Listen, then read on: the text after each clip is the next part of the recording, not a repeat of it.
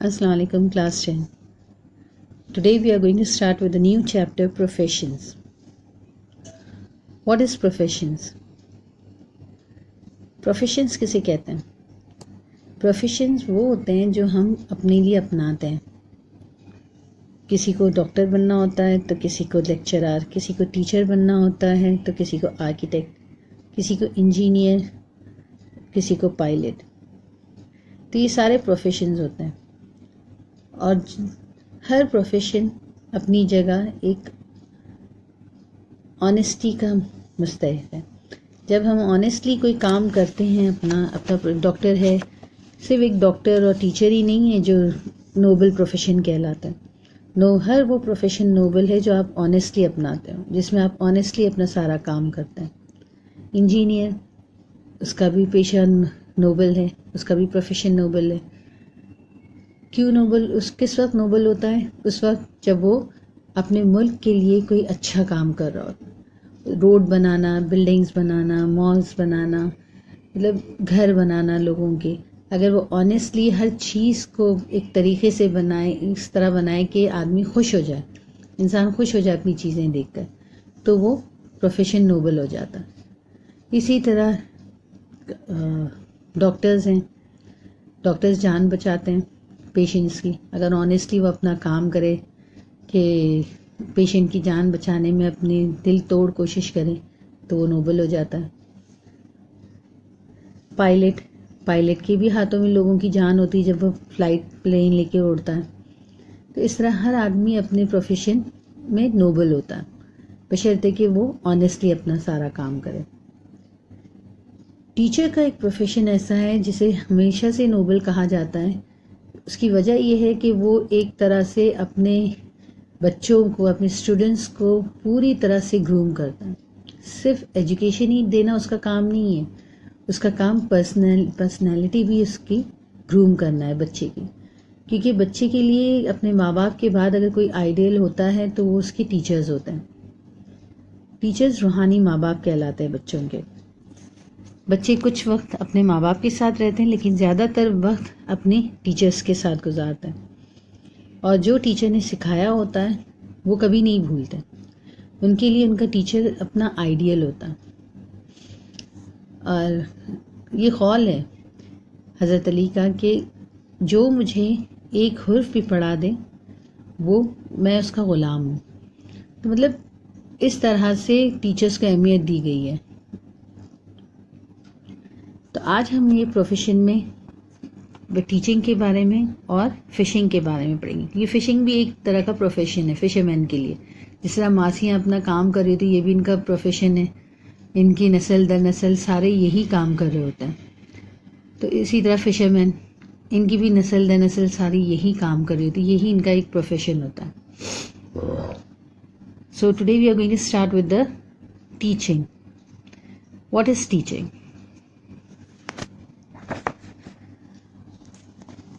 One Sindhi word for teacher is akhan.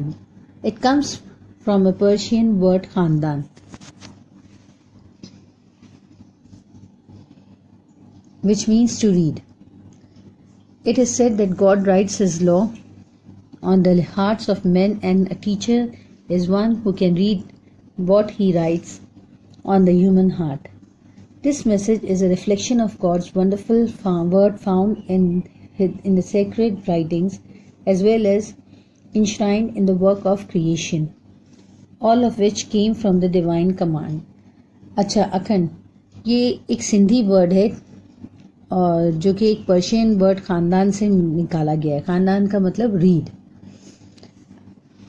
तो ये कहा जाता है कि अल्लाह ने जो कुछ भी लिखा है, जो भी कानून बनाया है इंसानों के दिल के लिए, इंसानों के लिए, तो वो एक टीचर है जो ये सब कानून पढ़ता है और अल्लाह ताला ने दिल में क्या लिखा है इंसान के, वो जानकर वो आगे अपनी नॉलेज बढ़ाता है, लोगों में फैलाता है. Hence a teacher is a reader par excellence, one who fulfills God's command expressed in the first word of the Revelations Wahi, which says, read. The teacher is one who knows how to read God's words, be it written on the human heart or the holy book or in nature. Hence, our own language possesses a word akhand, which is the best expression of a teacher's status and dignity. यानी एक teacher ही है जो इंसानों को अच्छे बुरे की तमीज़ सिखाता है. माँ बाप के अलावा ये टीचर्स हैं, उस्ताद हैं आपके, जो आपको अच्छे बुरे की तमीज़ सिखाते हैं, जो आपको अल्लाह ताला की लिखी हुई हर कानून के बारे में बताते हैं. कौन सा रास्ता अच्छा है, कौन सा रास्ता बुरा है, ये आपको तय करना सिखाते हैं. वही हैं जो आपको आपकी पर्सनैलिटी ग्रूम करते हैं एक तरह से. Such a high position requires that the teacher strive to be more and more worthy of it. This a teacher does by cultivating several personal and professional qualities. This explains why people in the East have always had a very high regard for teachers, revering them as holy. तो teachers का सिर्फ यही नहीं है काम आपके बच्चों को तालीम देना, बल्कि उनकी पर्सनैलिटी ग्रूम करना भी, उनको अच्छे बुरे की तमीज़ सिखाना. इसीलिए टीचर को खुद भी उसी तरह होना चाहिए जिस तरह के वो सबक बच्चों को पढ़ा रहा है. वो बच्चों को जिस तरह बनाना चाहता है वो खुद भी एक आइडियल बन के उनके सामने पेश होना चाहिए. टीचर का मुकाम जो है, उस्ताद का मुकाम हमारे दीन में भी बहुत ऊंचा है और दुनिया में भी. इसीलिए आप मगरिब में देखेंगे कि टीचर की बहुत इज्जत की जाती है. वहाँ पर टीचर को बहुत ऊंचा मुकाम दिया जाता है. एक वाक़या है कि एक दफ़ा स्पेन में एक लेक्चरार थे जो मतलब उन्होंने जल्दी में थे, तो उन्होंने गाड़ी अपनी गलत जगह पार्क कर दी थी. तो हुआ ये कि उनको ज़ाहिर है वहाँ पार्किंग टिकट्स मिल जाते थे कि आपको फ़ाइन भरना है जाकर कोर्ट में. मतलब आप फ़ाइन भरना होता है, लेकिन अगर आप फ़ाइन नहीं भरते हैं तो आपको कोर्ट में बुलाया जाता है. तो उन लेक्चरार को मतलब उनका पार्किंग टिकट मिल गया. उसके बाद वो इतने एब्सेंट माइंडेड थे, मतलब कॉन्फ्रेंस अटेंड करना था, सब कुछ था, उसमें बिज़ी होने की वजह से वो बिल्कुल भूल गए. और हुआ क्या, उन्हें कोर्ट में बुलाया गया. जब वो कोर्ट में गए तो वहाँ पे जज ने पूछा कि भाई आपको जब पार्किंग टिकट मिला था तो आपने फ़ाइन क्यों नहीं पे किया. तो उन्होंने कहा मैं भूल गया.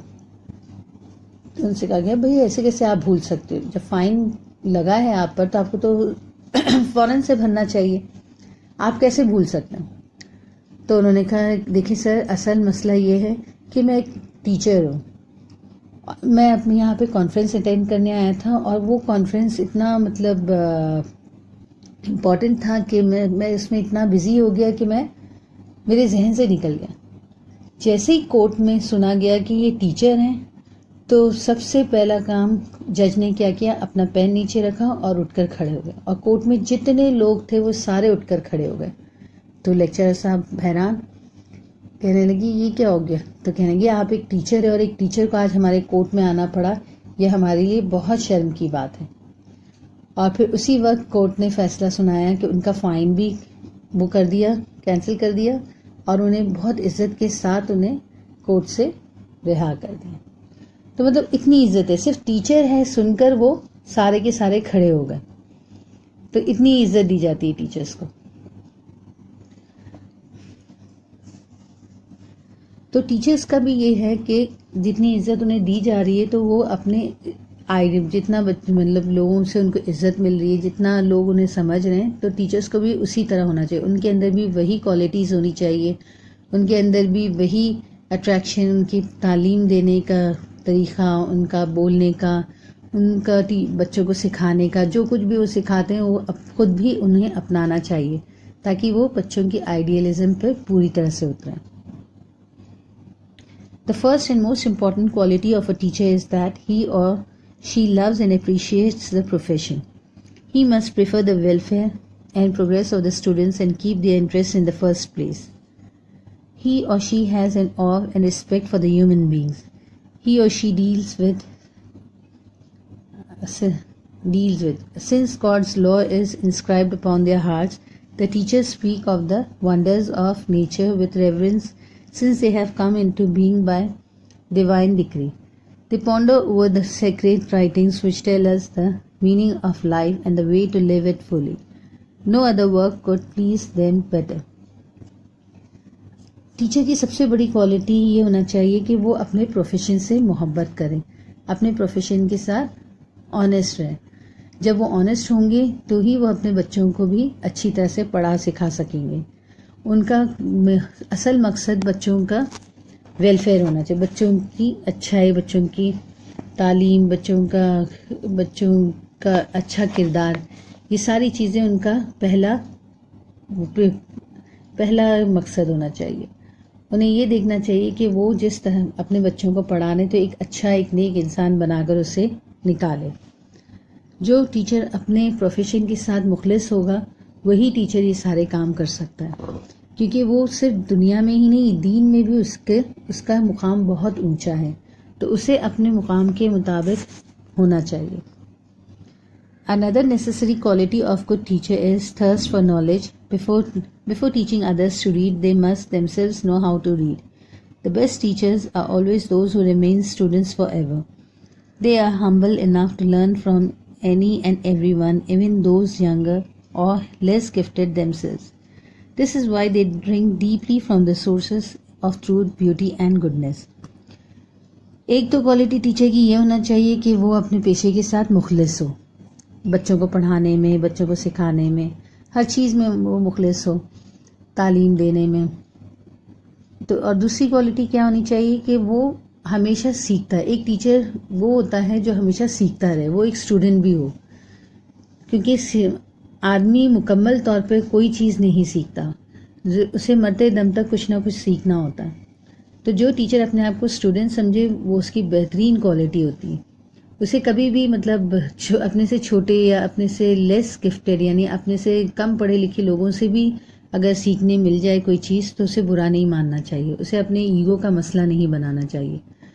तो ये यही सेकेंड बेस्ट क्वालिटी होती है टीचर की, जो अपने आप को हमेशा एक स्टूडेंट समझे और अपने से कम पढ़े लिखे लोगों से भी कुछ सीखने को मिले तो सीख ले। A very important quality of a teacher is that he or she only strives to know what is true, good and beautiful, but also seeks to incorporate these in the life. They practice what they preach. After the examples of the prophet of God who taught by the words in the holy book as well as by his deeds in everyday life. और एक सबसे important quality, जैसा कि मैंने आपको पहले भी बताया, कि टीचर को अपने बच्चों की आइडियलिज्म पे पूरी तरह से उतरना चाहिए। जो वो बच्चों को पढ़ा रहा है वही चीज़ एक टीचर को अपनाना चाहिए, तो वही बेहतरीन टीचर है। हुज़ूर पाक सल्लल्लाहु अलैहि वसल्लम ने भी हमें वही सब कुछ सिखा, जो हमें सिखाया वही चीज़ उन्होंने अपनी ज़िंदगी में अपनाया, यानी पहले अपनाए और उसके बाद दूसरों को सिखाए, वही एक बेहतरीन टीचर है। Fishing. About 3/4 of our earth is covered with water. The rivers and oceans of the world are full of fishes. These fishes are an important source of our food, and millions of people are engaged in catching fish. This is not just a hobby but an occupation and a flourishing trade. The fishermen sometimes work individually in their small boats and sometimes work together on large boats with machinery needed to catch fish from deep waters. They stay at sea for days and even weeks and return with tons of fish. These ships have proper arrangements for storing the fish so that catch is not spoiled before reaching the market. अच्छा, fishing, जैसा कि आपको पता है कि हमारी दुनिया का 3/4 हिस्सा जो है वो पानी से सराउंडेड है।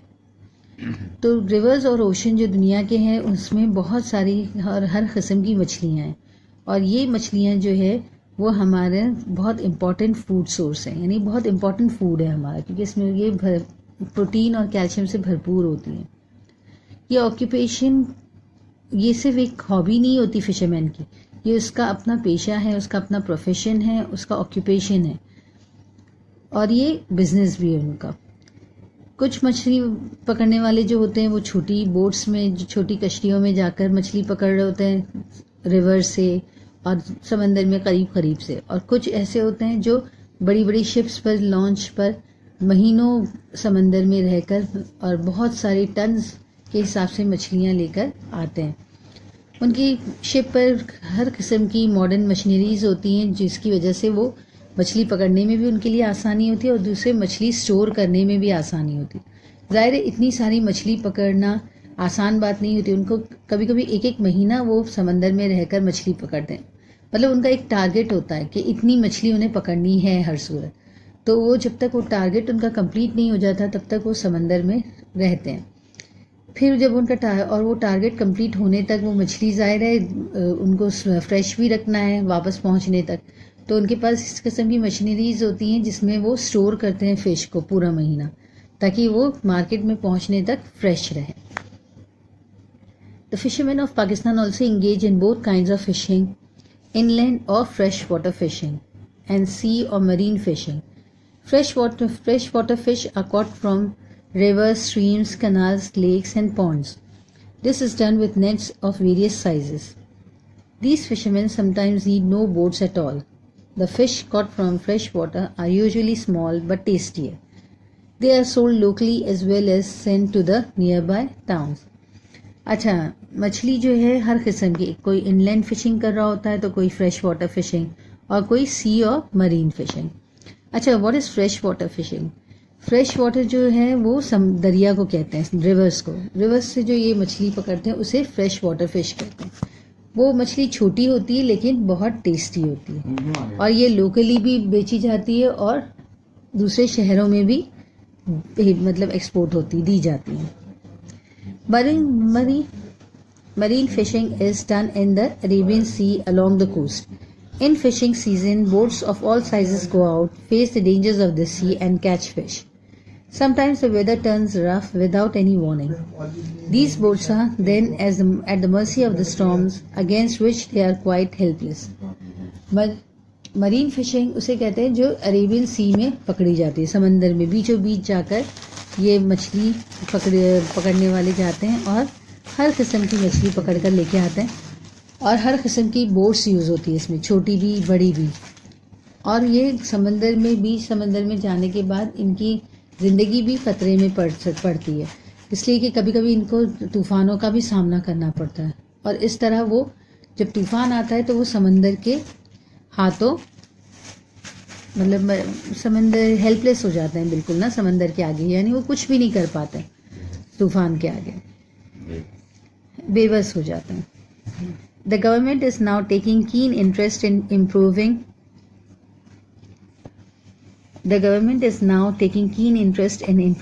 and modernizing the fish industry. Fishermen are given loans to buy bigger and better boats or trawlers so that they can go further from the shore and fish in deeper waters. यानी government ने अब ज़रा सा interest लेना शुरू किया है और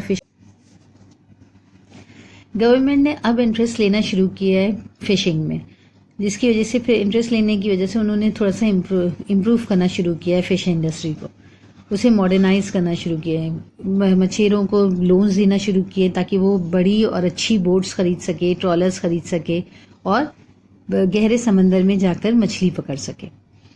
fishing nets of good quality are being made available at low prices, यानी नेट्स जो मिलते हैं मछेरों के लिए वो भी अच्छी क्वालिटी के और सस्ते मिलने लगे हैं।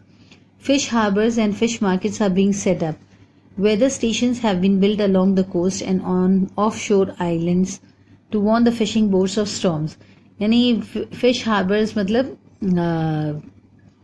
जिस तरह के प्लेटफॉर्म्स स्टेशन के प्लेटफॉर्म्स होते हैं उसी तरह हार्बर्स बने हुए हैं समंदर के पास, और फिश मार्केट्स भी बनाई गई हैं।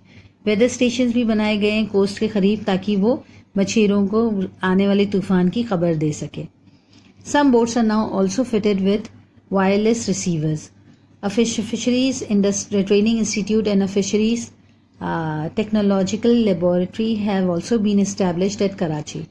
यानी कि बोट्स में अब वायरलेस रिसीवर्स भी लगाए गए हैं और फिशरीज ट्रेनिंग इंस्टीट्यूट भी बनाए गए हैं ताकि उनको मछली पकड़ना सिखाया जाए लोगों को। और फिशरीज टेक्नोलॉजिकल लेबॉर्ट्री भी मतलब इस्टेब्लिश की गई, बनाई गई है कराची में।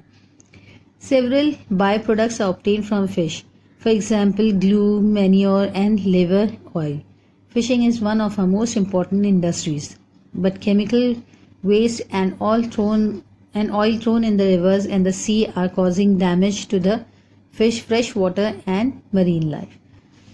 यानी फिशिंग जो है अब हमारे यहाँ बहुत इम्पॉर्टेंट हो गया, क्योंकि हमारे एक तरह से एक्सपोर्ट क्वालिटी भी है, हमारे यहाँ से एक्सपोर्ट भी होती हैं फ़िश। तो ये एक तरह से हमारा इकोनॉमिकल वो भी है, ऑक्यूपेशन भी है, कि हमारी इकोनॉमी जो है फिशिंग में भी चल रही है। तो इस वजह से मतलब बहुत ज़्यादा ख्याल किया जा रहा है इस चीज़ का। और फ़िश से हमारे पास जो प्रोडक्ट्स बनते हैं वो भी एक्सपोर्ट क्वालिटीज़ के होते हैं। हमारे पास फ़िश प्रोडक्ट्स जो बनते हैं वो है ग्लू, मैन्योर और लिवर ऑयल। ग्लू बनता है, मैन्योर मतलब वो केमिकल्स जो खेतों में डाले जाते हैं वो मैन्योर बनता है, और लिवर ऑयल बनाई जाती है। जैसे आपने 7 सीज़ की टैबलेट्स वगैरह देखे होंगे, तो लिवर ऑयल की टैबलेट्स बनाई जाती है, लिवर ऑयल बनाया जाता है इसका फ़िश का।